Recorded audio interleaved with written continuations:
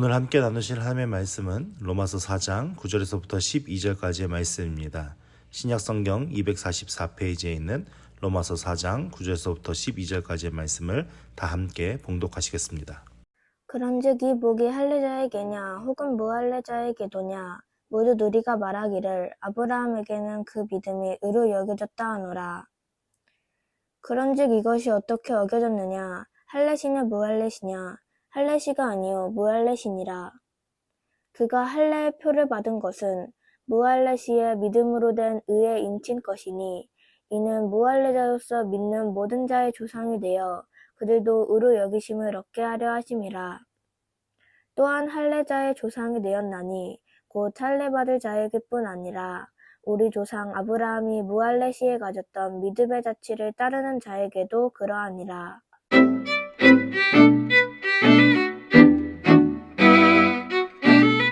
지난주의 말씀을 잠깐 여러분들에게 다시 한번 되새겨보면 이제 사도 바울이 로마 교회에게 행위가 중요한 것이 아니라 믿음으로 말미암아 우리가 구원받았다. 이것이 중요하기 때문에 우리가 할례나 율법에 대해서 자랑할 것이 아니라 지금 현재 하나님께 받은 은혜를 떠나 믿음으로 우리의 삶을 신앙생활을 아름답게 잘 세워가야 한다라는 것을 설명하면서 지난 이제 이 앞에 4장 1절에서부터 이제 9절까지 말씀을 통해서 아브라함과 다윗의 예를 통해서 그것이 믿음으로 구원받은 것이다 라는 것을 설명하고 있었습니다. 2절 말씀 보면 만일 아브라함이 행위로서 의롭다 하심을 받았다면 자랑할 것이 있으려니와 하나님 앞에서는 없느니라. 그러니까 인간이 사람들이 삶을 살다 보면 의로운 행위들을 할 수 있잖아요. 아브라함 같은 삶에서도 의로운 행위들이 있었고 그 의로운 행위들로 말미암아 그것이 진짜 사람들에게 자랑할 것이 있다 할지라도 하나님 앞에서는 없다라는 의미가 무엇입니까? 전능하신 하나님께서 천지 만물을 만드시고 그것을 운행하시는 하나님 앞에서는 인간이 아무리 의로운 행위를 할지라도 그것이 하나님 앞에서는 절대 자랑할 것이 되지 못한다라고 말씀하고 있는 것입니다. 그러면서 이 아브라함의 이것이 무엇과 연결되냐면 창세기 15장에 보면 하나님께서 아브라함을 찾아오세요. 아브라함을 찾아오시는데 아브라함을 찾아오셨을 때 아브라함이 뭐라고 얘기하면 하나님 저를 왜 찾아오셨습니까? 저에게 무엇을 주시려고 찾아오셨습니까? 저는 자식이 없습니다 라고 얘기를 합니다. 그러면서 하나님 제가 지금 자식이 없어서 제가 상속자는 저희 집에서 길리워진 종 엘리에셀에게 제가 모든 재산을 상속하려고 합니다 라고 말씀하고 있습니다.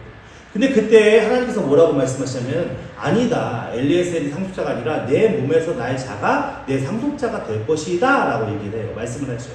그 말씀을 하셨을 때 아브라함이 뭐라고 하면 15장 6절 말씀에 아브라함이 여호와를 어떻게 했다고요?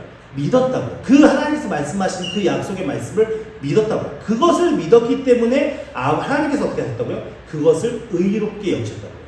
그래서 아브라함이 그렇게 너가 의로운 사람이구나 라고 확정해 주셨다는 말씀입니다. 그러니까는 이 당시에는 아브라함이 할례를 받았습니까?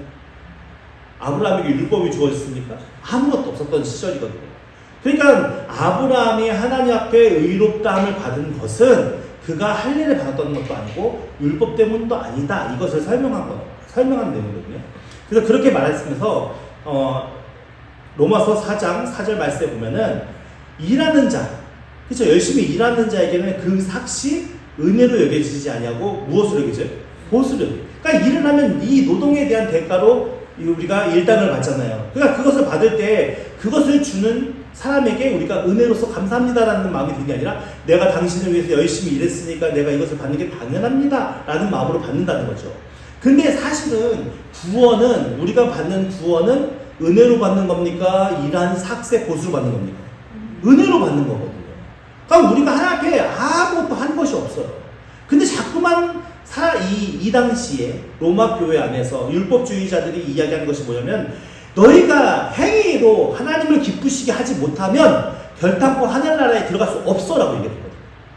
그렇다면 내가 하나님을 위해서 무엇인가 막 열심히 하는 행위가 이루어진다면 결국 그 행위로 말미암아 그 행위가 하나님 앞에 어떤 일을 해드리는 그 삭시라고 느껴질 수 있고 내가 이렇게 열심히 하나님 앞에 기쁘게 봉사하고 헌신했으니 하나님이 나를 구원해 주실 거야 라는 보수로 오해해서 믿음을 받아들이는 사람들이 있었기 때문에 이 이야기를 하는 것이죠. 이 말씀들을 전하는 것이겠죠.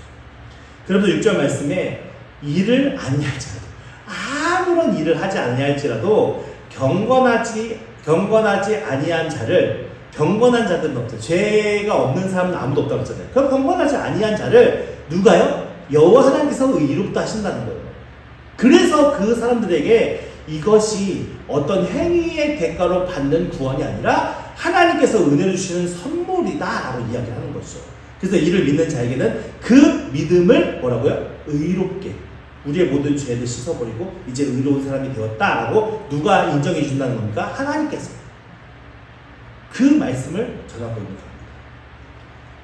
그래서 이제 오늘 말씀을 넘어와가지고, 그런즉 복이, 다윗이 그랬거든요. 다윗은 뭐라고 얘기했냐면, 다윗은 불법이 사함을 받고 죄가 가리워짐을 받은 사람들은 복이 있고 주께서 그 죄를 인정하지 아니하실 사람은 복이 있도다. 다윗은 이렇게 고백했거든요. 시편의 말씀 중에서. 그러니까 우리 인간에게 가장 궁극적인, 가장 중요한 것은 무엇이냐면 죄의 문제를 해결하는 게 가장 핵심이거든요. 근데 그 죄의 문제를 해결하기 위해서는 유일한 방법, 예수 그리스도를 믿는 것밖에 없어요. 그러니까 예수 그리스도를 믿으면 내 죄가 예수 그리스도께서 십자가의 피 흘리심으로 씻음 받았다라는 게 하나님께서 약속하신 말씀이에요. 그러니까 이 복이, 이 지금 주어진 이 믿음의 복이 할례자에게냐 혹은 무할례자에게도냐 라고 질문하고 있는 거거든요. 그러니까 이 믿음의 복이 야 할례가 받는 것으로 확증되어지는 거야 아니면 무할례자도 받을 수 있는 거야? 지금 이 질문하는 거고. 근데 물론 우리가 말하기를 아브라함에게는 어떻게 해요? 할례로 의롭게 됐어요? 아니요. 믿음으로 의롭게 됐거든요. 그러면은 이게 할례에 대한 이야기가 왜 나온지를 우리가 살펴봐야 되잖아요. 10절 말씀 보면 그런즉 그것이 어떻게 여겨졌느냐? 할례시냐? 무할례시냐? 할례 때가 아니고 무할례시니라 라고 얘기를 하면서 11절 말씀에 그가 할례의 표를 받은 것은 무할례시의 믿음으로 된 의를 인친 것이니 이는 무할례자로서 믿는 모든 자의 조상이 되어 그들로 의로 여기심을 얻게 하려 하심이라. 이 이야기의 말씀을 우리가 이해하기 위해서는 창세기의 내용을 우리가 좀 이해해야 돼요. 할례를 언제 받았느냐가 중요하거든요. 할례를 언제 받았어요? 할례를 언제 받았죠? 15장 말씀에 제가 말씀드렸죠. 15장에 여호와 하나님께 찾아오셔가지고 아브라함을 만났을 때 아브라함이 전 자식이 없습니다 라고 했더니 하나님께서 내 몸에서 날짜가 내 상속자가 될 거야, 내 자손이 될 거야. 그러면서 데리고 나가서 하늘을 보여줘요. 하늘을 보여주면서 물별을 봐라. 그러니까 저렇게 많은 별들이 있는 것처럼 내 자손들이 많아질 거야. 그리고 하나님께서 아브라함에게 제사를 지내게 하고 떠나가시거든요. 근데 16장에서는 아브라함이 어떻게 행동한 줄 아십니까? 사라가 아브라함에게 찾아와서 간청을 하는 거예요. 내가 아들을 낳지 못하는 몸이지 않습니까? 그러니까는 내 몸 중 하갈에게 들어가서 아이를 낳으세요 라고 권면을 한단 말이에요. 근데 아브라함이 믿음을 진짜 그 믿음을 가지고 있었다면 하갈에게 들어가야 돼요? 안 들어가야 돼요? 안 들어가잖아요. 근데 하갈에게 들어가서 아들을 이스마엘을 낳게 돼요. 그래서 그 이스마엘이 낳으면서 사라와 하갈의 여러 가지 싸움이 있었던 게 16장의 말씀이거든요. 17장에 와가지고 아브라함 99세 때 다시 한번 하나님께서 아브라함을 찾아오세요. 그러니까 아브라함을 찾아오면서 뭐라고 얘기하면은 야 내가 너하고 언약을 맺으려고 그래. 근데 너희 이름은 이제 더 이상 아브라함이라고 하지 않고 아브라함이라 할 거야. 지금 그 얘기를 하고 계시거든요. 그러면서 그 언약이 무엇이냐 보세요. 9절 말씀에 같이 읽어볼까요? 시작. 하나님이 또 아브라함에 이르시되 그런즉 너는 내 언약을 지키고 내 후손도 대대로 지키라. 10절 말씀이요. 너희 중 남자는 다 할례를 받으라. 이것이 나와 너희와 너희 후손 사이에 지킬 내 언약이니라. 11절 말씀이요. 너희는 흑피를 베어라. 이것이 나와 너희 사이에 언약의 표징이니라. 그러니까 지금 뭐냐면 아브라함이 믿겠다고 하니까 하나님이 찾아와서 99세 된 아브라함에게 내가 너와의 그 약속에 증표를 만들자. 우리 서로 증표, 확인, 계약서 같은 증표를 만들자. 약속서를 만들자. 라고 해서 한 게 뭐예요? 할례예요. 그러니까 아브라함 때에 아브라함의 후손들이 별같이 많아졌다면 그걸 지킬 필요가 없는 거죠. 할례를. 근데 지금 뭐예요? 아브라함의 대대가 흘러내려가면서 그 자손들이 번창해서 나중에는 물결과 같이 많아지는 것이 하나님께서 아브라함에게 약속하신 약속이요. 허락하신 약속이에요. 그러니까 그거를 확증하기 위한 표로 할례를 행한 거예요. 그러니까 이스라엘이 내가 우리가 할례받은 민족이야 라고 자랑할 이유가 있어요, 없어요? 자랑할 이유가 아무것도 없어요. 하나님과 우리가 약속한 민족의 그 의미밖에 담겨있지 않거든요. 근데 우리가 곰곰이 생각해보면 하나님께서 그 하나님의 백성들에게 무엇을 하라고 요구하시나요? 지금 하나님의 백성인 아브라함의 후손들은 하나님 앞에 뭐만 하면 되는 거예요? 태어난 지 8년 만에 할례만 하면 되는 거예요. 하나님께서 그 자녀들에게 원하는 것은 많은 게 아니에요. 무엇해라, 무엇하지 마라, 무엇해라, 무엇하라, 이것을 많이 원하시는 게 아니에요, 사실은. 율법의 내용도 사실은 율법의 내용이 엄청 복잡하게 오늘 우리는 받아들이지만 그 율법의 내용이 엄청 복잡한 게 아니에요. 그 율법의 내용을 가지고 성경 그 당시에 율법학자들이 이것은 해야 한다, 이것은 하지 말아야 한다고 또 파생돼서 많은 법칙과 규칙을 만들었기 때문에 오늘날 우리가 율법을 대할 때 되게 어렵고 힘든 거예요. 근데 율법의 내용들을 곰곰이 그 항목들을 들여다보면 무엇입니까? 하나님을 믿고 하나님을 잘 섬기면 뭐예요? 너희들이 받는 이 땅에서 복이 이루어진다. 근데 하나님을 잘 섬기는 방법이 너희가 잘 모르니까 하나님 섬길 때 이런 것들을 신경 써라 해서 주신 거고. 그러니까 우리는 이것을 너무 우리가 해야 할 거, 행위로서 자꾸만 접근을 하다 보니까 해야 할 거, 하지 말아야 할 거를 계속 나누다 보니 이것이 또 다른 믿음의 구원의 방법처럼 여겨지고 있고, 이것이 비단 지금 사도 바울이 로마 교회에 전하는 그 시기뿐만 아니라 오늘날 우리가 신앙생활을 하는 과정 속에서도 무엇이 부담이 되냐? 행위적인 것으로 인해서 우리가 죄책감을 느끼고 행위적인 것으로 인해서 우리가 오히려 하나님 앞에 가까이 나아가지 못하는 연약함 가운데 나아가고, 그 사실은 한국교회에서 제일 심각한 게 무엇이냐면 율법주의인데, 율법주의. 오늘날 한국교회에서 가장 심각하게 받아들여야 할 것이 무엇이냐? 이 신약 시대에 있었던 교회들에게서 있었던 유대인들, 율법주의자들에 의한 잘못된 가르침으로 전파된 그 율법주의가 오늘날 이 시대에도 똑같이 그렇게 우리를 어떻게 보면은 잘못된 구원관으로 옥매어오고 있는 그런 상황 속에 있습니다. 그 사실은 아브라함과 하나님의 언약, 하나님께서 그렇게 자손을 번창하게 하실 거라는 그 약속을 믿는다면 아브라함과 아브라함의 그 후손들은 대대로 할례를 행하면 되는 거예요. 그러면서 14절 말씀에, 창세기 17장 14절 말씀에 하나님께서 이렇게 말씀하십니다. 다 같이 읽어볼까요? 시작. 할례를 받지 아니한 남자, 곧 그 표피를 뱉지 아니한 자는 백성 중에서 끊어지리니 그가 내 언약을 어떻게 했다고요? 배반했다. 그러니까 하나님께서 약속하신 그 약속을 믿으면 할례를 행하면 되는 것이고, 할례를 행하면 하나님께서 번성케 하시는 거고, 할례를 행하지 않았다는 의미는 뭡니까? 결국 하나님과의 약속을 내가 믿지 못한다라는 거잖아요. 그 믿지 못하면 결국 하나님께서 어떻게 해요? 그 백성 중에서 끊어지게 됩니다. 그 후손들을 책임지지 않는다라는 의미를 담고 있는 것이죠. 그러니까 오늘날도 아주 심플한 거예요. 구원은 내가 예수 그리스도를 믿음으로 내가 죄사함 받고 하나님 나라로 간다라고 믿으면, 그것이 내가 믿어지면 예수 그리스도를 믿으면 되는 거고, 내가 그것이 믿어지지 않으면 내가 그것을 믿지 않으므로 결국은 뭐예요? 내가 하나님 나라에 이르지 못하고 내가 지은 죄의 벌을 받으러 가는 것이다 라는 것이 성경의 이야기는 아주 심플하고 단순한 원리입니다. 이것이 우리에게 믿어지느냐 안 믿어지느냐의 삶의 싸움이거든요. 그러면 오늘 본문 12절 말씀에 이렇게 말씀하고 같이 읽어볼까요? 시작. 또한 할례자의 조상이 되었나니 곧 할례 받을 자에게뿐 아니라 우리 조상 아브라함이 무할례 시에 가졌던 믿음의 자취를 따르는 자들에게도 그러하니라. 무엇입니까? 구원이라는 것이 할례를 받았느냐 할례를 받지 않았느냐의 문제가 아니라 결국 아브라함이 하나님을 믿음으로 그에게 의가 주어져서 구원이 그들에게 주어진 것처럼 오늘 우리에게도 그 아브라함이 하나님을 믿었던 그 믿음의 자취를 따르는 자들에게 무엇이 주어진다고요? 구원이 주어진다라고 이제 성경이 이야기하는 건 이겁니다. 그런데 예수님 시대에 예수님께서 바리새인들이나 서기관들에게 뭐라고 얘기했죠? 잘하고 있다고 얘기했습니까? 아니요. 책망하셨거든요.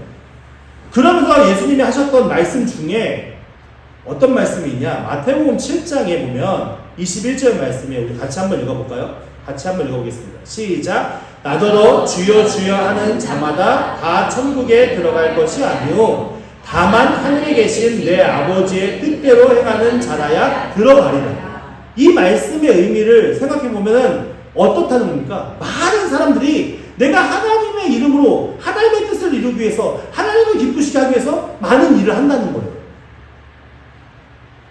그래서 주여 주여 내가 주여 주여 주님 내가 주님을 압니다. 주님을 따릅니다 하면서 하는 자마다 다 천국에 들어가는 것이 아니라 결국 누가 들어간다고요? 내 아버지의 뜻대로 행하는 자. 그러면서 그 주여 주여 하는 자에 대한 설명이 22절 말씀에 나오는데 같이 읽어봅시다. 시작. 그날에 많은 사람이 나더러 이르되 주여 주여 우리가 주의 이름으로 선지자 노릇하며 주의 이름으로 귀신을 쫓아내며 주의 이름으로 많은 권능을 행하지 아니하였나이까 하느니. 얼마나 놀라운 일들이에요. 선지자처럼 가르쳤대요. 그죠? 그러니까 오늘날 목사님들이 강단에서 막 하나님의 말씀을 개헌하면서 이해하는 거예요. 그렇게 선지자처럼 가르쳤대요. 그리고 정말 자신에게 권능이 있어서 귀신 들린 자들을 쫓아냈대요. 그리고 자신에게 하나님의 놀라운 은사가 있어서 많은 이적과 권능을 행했대요. 누구의 이름으로? 주의 이름으로. 그러니까 앞절에 21절 말씀에 나더러 주여 주여 하는 자마다 다 천국에 들어가지 못한다. 이 사람들이 결국 누구냐면 누구보다도 열심과 특심을 가지고 하나님 앞에 하나님의 일을 해드리기 위해서 열심히 했다라는 사람들이라는 거예요. 근데 이 사람들이 천국에 간다는 얘기 못 간다는 거예요. 못 간다고 얘기하면서 가보십시오. 23절 말씀에 같이 읽어볼까요? 시작. 그때 내가 그들에게 밝히 말하되 내가 너희를 도무지 알지 못하니 불법을 행하는 자들아 내게서 떠나라. 얼마나 무서운 말씀입니까? 열심히 특심이가 중요한 것이 아니라 우리가 무엇을 믿고 무엇을 따라가느냐가 중요하다는 말씀이에요. 아무리 내가 하나님을 위해서 엄청나게 많은 일을 한다 하더라도 그 많은 일이 진짜 하나님을 위한 일이냐? 아닐 수도 있다는 것을 얘기하는 거죠. 21절 말씀에 분명히 얘기했잖아요. 너희가 하나님을 믿냐? 너희가 예수님을 믿냐? 나를 믿냐? 너희가 진짜 구원받고 싶은 구원받을 백성이냐? 그러면 어떻게 해야 한다고요? 내 아버지의 뜻대로 행해야 한다. 그럼 아버지의 뜻이 중요하겠죠. 하나님의 뜻이 무엇입니까? 우리가 하나님의 뜻을 이야기할 때 너무 어렵게 생각하는 경향이 있어요. 여러분들, 천지 만물을 창조하시고 그 가운데 사람을 두셨어요. 하나님께서 천지 만물을 창조하시고 사람을 둔 이유가 뭡니까? 하나님에게는 모든 피조물보다 가장 중요한 게 인간이기 때문에 인간이 가장 완벽하게 살 수 있는 모든 것을 여건을 다 만들어 주시고 마지막에 인간을 두셔서 그 인간으로 하여금 모든 천지 만물을 하나님의 대리자가 되어서 다스리게 하셨거든요. 그 후에 아담과 하와가 죄를 범하면서 쫓겨나게 되어지죠. 그래서 사람들은 죄를 범하고 삽니다. 그러면 하나님이 사람들의 지은 죄로 인해서 그냥 형벌을 받는 게 당연히 마땅하니까 그냥 죄 짓는 대로 쓸어버리면 되는 거예요. 근데 그러지 않고 계속 어떻게 하셔요? 기회를 주세요. 무슨 기회를요? 그들이 하나님을 만나고 구원할 수 있는 기회. 구원의 은혜에 설 수 있는 기회. 그러면서 결국에 종국에는 어디까지 행하셨냐? 자기 아들을 데려다가 사목제물로 십자가에 죽이신 거예요. 자기 아들을 데려다가. 그러면 하나님께서 원하시는 뜻이 무엇이겠어요? 우리가 교회를 많이 세우는 걸 원하시겠습니까? 많은 헌금을 내는 걸 원하시겠습니까? 아니면 진짜 기적과 이적을 행하는 걸 원하시겠습니까? 여기에 말하는 것처럼 선지자 노릇하며 귀신을 쫓아내며 많은 권능을 행하는 걸 원하시겠습니까? 아니거든요. 딱 한 가지 아닙니까? 세상에 죽어가는 자들이 예수님을 만나고 하나님 나라 백성이 됩니다. 이거 말고는 없어요, 사실은. 그래서 우리가 은혜로 말미암아 구원을 받은 사람이라면 내가 무엇에서 하나님께 기뻐하게 했을까 이게 중요한 게 아니라 내가 받은 이 구원의 은혜의 감격들을 같이 나눌 하나님의 사람들로 변화될 사람들을 찾는 거죠. 그러니까 예수님께서 말씀하신 나더러 주여 주여 하는 자마다 다 천국에 들어갈 것이 아니라 다만 내 아버지 뜻대로 행하는 자가 들어가리라 라는 그 말씀은 결국 무엇입니까? 예수님께서 오신 이유가 뭐예요? 인간들을 구원하시기 위해 오신 거잖아요. 하나님의 뜻을 이루는 가장 핵심은 구원이에요. 그러니까 결국 하나님의 구원을 아는 자는 주변에 아직 하나님을 믿지 못하는 자들에게 내가 받은 하나님의 사랑을 그들에게 전하면서 뭘 하기 위해서? 그들로 하여금 나를 통해서 하나님을 알 수 있게끔 그 일에 순종하는 자들 아니겠습니까? 그러니까 사실은 하나님의 뜻이 매 순간마다 이건 하나님의 뜻일까? 이건 하나님의 뜻이 아닐까? 이게 아니라는 의미입니다. 우리는 우리의 환경과 우리의 여건과 우리의 모든 것을 허락하시니까 하나님이셔요. 내가 우리 아버지 어머니에서 태어났고 우리 가정 안에서 이런 환경과 이런 환경을 겪으면서 오늘날 내가 이렇게 된 모든 것들이 하나님 은혜 안에서 이루어진 일이라고요. 그럼 하나님이 나를 왜 이렇게 만드셨겠어요? 이 환경들 속에서 이 과정들 속에서 하나님을 알지 못하는 자들에게 하나님 사람으로 섬기라고 만드신 거예요. 그것 때문에 우리에게 때로는 사회적 위치도 주시고 재물도 주시고 어떤 환경 가운데 그렇게 섬길 수 있는 여러 가지 많은 것들을 주시는 거죠. 그래서 우리가 받은 그런 하나님께서 받은 전부를 우리가 어떤 자의 자세로 써야 한다고 성경은 이야기합니까? 청지기적인 자세로 써야 한다고 얘기하죠. 그러니까 결국 우리가 받은 것으로 인해서 하나님의 백성으로 삼으신 하나님의 삶을 섬기라고 그렇게 우리가 하나님 앞에서 지금 이렇게까지 은혜 안에 살아온 삶의 세월이 되어진 거죠. 그럼 우리의 남은 여생의 목표도 명확해지는 거죠. 주님이 부르시는 그날까지 나를 통한 하나님의 복음이 확장되기 위해서 내가 하나님께 받은 은혜와 사랑을 전하는 자로서 그렇게 삶을 살아야 하는 것이 하나님 아버지의 뜻을 따르는 자라고 우리는 아주 쉽게 이해할 수 있고 알 수 있는 것입니다. 근데 이것이 왜 많이 이렇게 변질이 됐을까요? 제가 마태복음에 대해서 강해를 하면서 여러분들에게 설명을 했었을 때에 우리는 바리새인들의 율법주의에 대해서 되게 심각하게 고민하면서 그 이야기들을 이제 나눴었는데 사실은 제가 생각할 때는 바리새인의 율법주의도 매우 문제가 되지만 사두개인들의 성전에 관련된 법에 대해서도 매우 중요한 가운데입니다. 그러니까 사두개인들은 무엇이냐? 사두개인들은 어떻게 보면 귀족들을 이야기하는 귀족들 중에서 하나님을 섬기는 잘 믿는 사람들이라는데 이 사두개인들이 주로 그 백성들에게 가르쳤던 내용이 뭡니까? 오직 성전에 와서 제사를 지내고 오직 성전에 제물을 드리고 오직 성전에서만 무엇을 해야 된다고 가르쳤거든요. 그러니까는 이스라엘은 모든 중심이 무엇이냐? 성전을 중심적으로 돌아갑니다. 근데 우리는 지금 신약 시대의 삶을 살아가고 있고 오늘날 신약 시대에 사도 바울이 전도 여행을 다니는 그 관점들을 보면 교회 중심입니까? 전도의 현장 중심입니까? 사실은 전도의 현장 중심이거든요. 근데 우리가 지금 살고 있는 한국교회의 가장 큰 맹점 중에 하나가 뭐냐면 너무 교회 중심적으로만 모든 하나님을 섬겨야 한다고 가르치고 있기 때문에 그렇습니다. 사실은 여러분들 우리가 하나님 앞에 함께 믿음의 지들이 모여서 예배드리고 그 안에서 우리가 서로 신앙 안에서 믿음을 교류하며 교제하며 서로 성장하는 것도 중요하지만 각자가 자신들이 주어진 삶의 현장에서도 하나님 안에서 믿음으로 살 수 있는 은혜가 있어야 되는 것입니다. 그러니까 그 믿음의 실력은 교회에서 나타나는 것이 아니라 우리가 살아가는 삶의 현장에서 나타나는 것이죠. 이것이 너무 왜곡되어 있기 때문에 오늘날 한국 교회가 기독교가 이기적인 집단이 되었습니다. 사실은 성경이 이야기하는 기독교는 이기적인 집단이 아닙니다. 여러분들이 잘 아시다시피 역사적인 그런 상황들의 일들만 살펴보더라도 흑사병으로 인해서 유럽이 정말 힘들고 3분의 1인가 4분의 1이 죽었잖아요. 그때 끝까지 남아서 그 흑사병 걸린 사람들을 도와줬던 사람들이 기독교인들입니다. 자신이 흑사병 걸려 죽을지도 모릅니다. 성경에 많은 우리 역사 속이나 성경에서 이야기하는 것은 무엇이냐면 기독교인들은 내가 하나님 앞에 구원받은 그 은혜와 사랑이 얼마나 크다라는 것을 알고 그것으로 열심히 무엇을 하는 거예요? 그 사랑을 흘러보내는 역할을 했던 거예요. 자신의 삶에 내가 돈으로 하는 것이 아니라 내가 내게 주어진 어떠한 것으로 내가 그 하나님의 사랑에 어떻게 보답할까? 그 하나님의 사랑을 어떻게 나눌까라는 그 고민을 그런 사람들이 진짜 하나님을 사랑하는 자들이 되지 않겠습니까? 내가 예배를 한 번도 안 빠지고 새벽 예배나 모든 예배에 앞자리에 앉고 이게 진짜 믿음이겠습니까? 그거는 얼마든지 가식적으로 할 수 있다는 겁니다.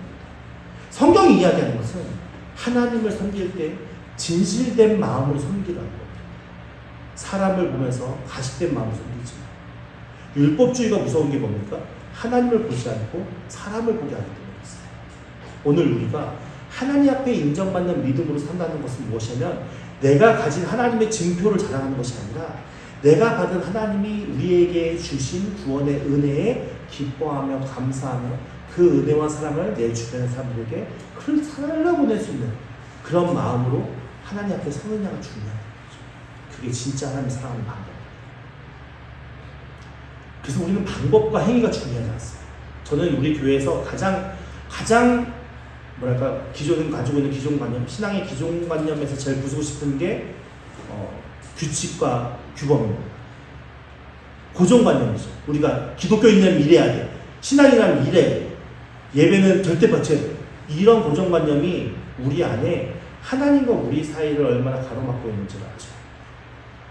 하나님은 이 교회 예배당 안에만 갇혀 있는 분도 아니고 저 하나님 나라 천국에만 갇혀 있는 분도 아니고 우리가 살아가는 삶의 모든 영역 속에 우리와 함께 동행하시고 은혜로 우리를 붙드시는 분이십니다. 그것을 우리가 믿고 그 영원한 천국에 우리가 들어갈 자라고 우리가 믿어진다면 무엇을 해야 되겠습니까? 우리가 살아가는 삶의 영역 속에 하나님을 증명하고 하나님을 드러내기 위해서 우리가 애쓰고 힘쓰는 자, 그게 진짜 하나님을 사랑하는 자가 되겠죠. 여러분, 우리가 무엇이 없다고 세상 사람과 비교해서 무엇을 가지지 못했다고 낙심하고 실망하지 마시고 세상 사람들이 가지지 못한 영원한 천국이 우리에게 소유되어 있고 그것으로 인해서 우리는 이미 모든 것을 충만히 가진 자이기 때문에 이제는 그 은혜와 사랑을 함께 나눌 수 있는 하나님의 백성들을 찾는 저 여러분에게 예수님을 축원드립니다. 그래서 오직 우리는 믿음으로만 구원받고 믿음으로만 우리의 삶을 세워가야 하는 것입니다. 다른 어떤 행위적인 일에 현혹되지 마시고 미혹되지 마시고 하나님과 나의 관계 속에서 내가 정말 하나님을 사랑한다면 어떤 마음으로 주를 사랑하는 것을 표현할 수 있을까? 그것을 고민하신다면 여러분들이 해야 할 일들에 대해서는 자연스럽게 나옵니다.